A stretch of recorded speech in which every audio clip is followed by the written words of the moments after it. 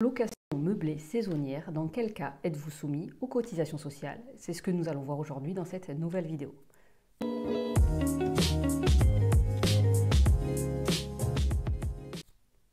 Bonjour et bienvenue sur la chaîne, je me présente, je m'appelle Célia Pétrisson, je suis expert comptable, je suis la fondatrice du cabinet PMC Expertise Comptable, un cabinet spécialisé dans l'accompagnement des investisseurs immobiliers, mais également des professions libérales, des restructurations d'entreprises avec par exemple des créations de sociétés holding.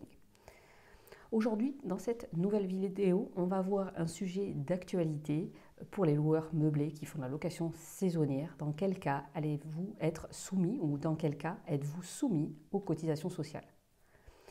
Si vous faites de la location saisonnière, actuellement, il y a des vagues de régularisation près des cotisations sociales réalisées par l'URSSAF. Aujourd'hui, donc, beaucoup de personnes reçoivent des mails de régularisation de leur situation de la part de l'URSSAF. Parce qu'en fait, qu'est-ce qui se passe? Aujourd'hui, les plateformes, donc Airbnb, Booking, etc., communiquent les recettes de vos activités de location meublée à l'administration fiscale et donc à l'URSSAF notamment. En fonction du montant de recettes réalisées, l'URSSAF va revenir vers vous pour vous indiquer que vous avez l'obligation de vous affilier. Donc dans cette vidéo, on va voir tous les cas, dans quel cas en tout cas vous devez être soumis aux cotisations sociales.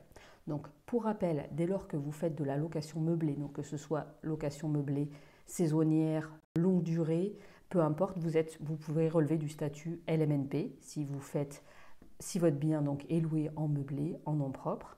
De manière générale, en fait, vous êtes soumis en tant que loueur meublé, donc non professionnel, vous relevez plutôt des prélèvements sociaux. C'est-à-dire que si jamais vous avez un bénéfice fiscal, il est soumis à votre tranche marginale à l'impôt sur le revenu et aux prélèvements sociaux, CSG-CRDS, de 17,2%.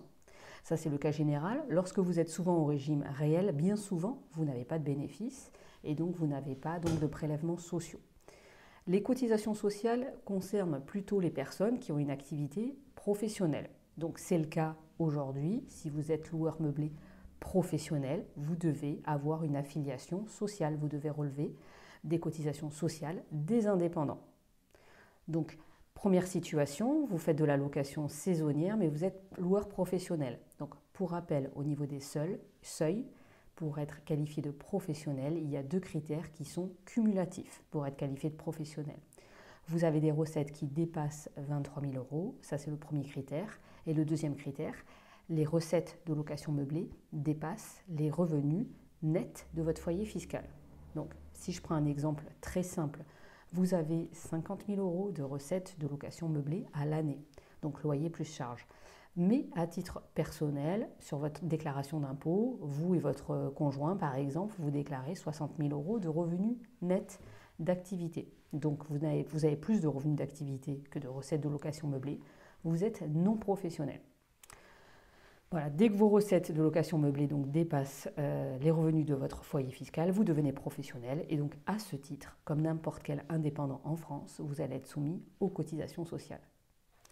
Donc ça c'est la règle générale. Par contre, pour les loueurs meublés saisonniers, il y a une particularité en plus. Vous pouvez tout à fait être loueur meublé non professionnel et être soumis aux cotisations sociales.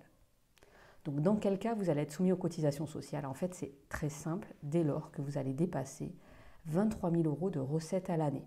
Même si vous êtes non professionnel de l'activité de location meublée, vous avez quand même une affiliation sociale qui est obligatoire.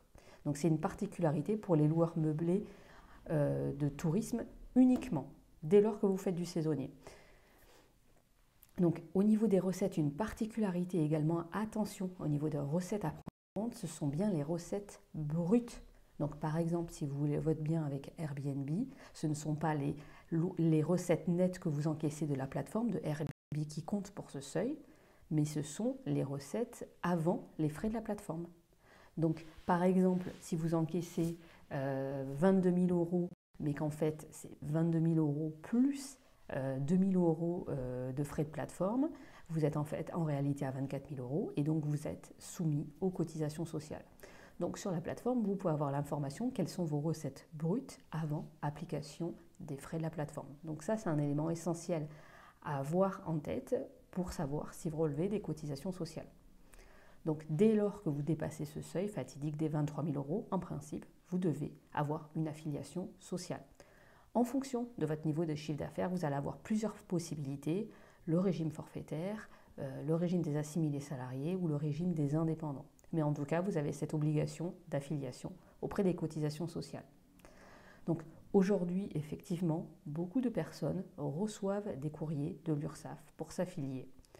Parce qu'en fait, donc, les plateformes ont transmis les informations auprès de l'URSSAF.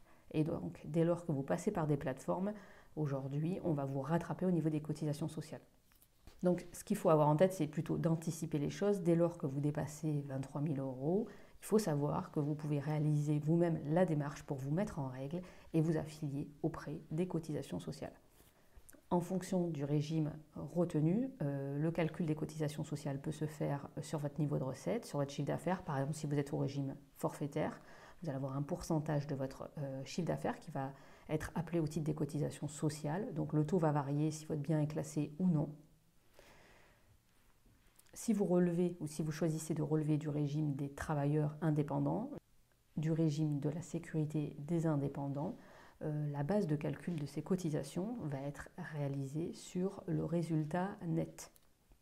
Donc, si vous réalisez fiscalement un déficit grâce aux amortissements au régime réel, vous avez tout intérêt à vous affilier au régime des indépendants parce que dans ce cas-là, en cas de déficit, vous avez les cotisations sociales minimales qui s'appliquent et elles sont de l'ordre de 1 200 € par an à peu près.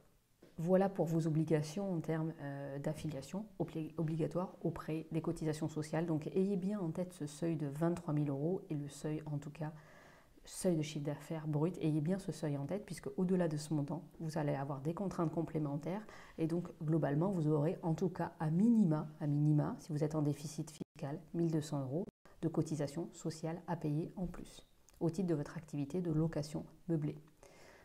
Si vous avez des questions, n'hésitez pas à les poster en commentaire.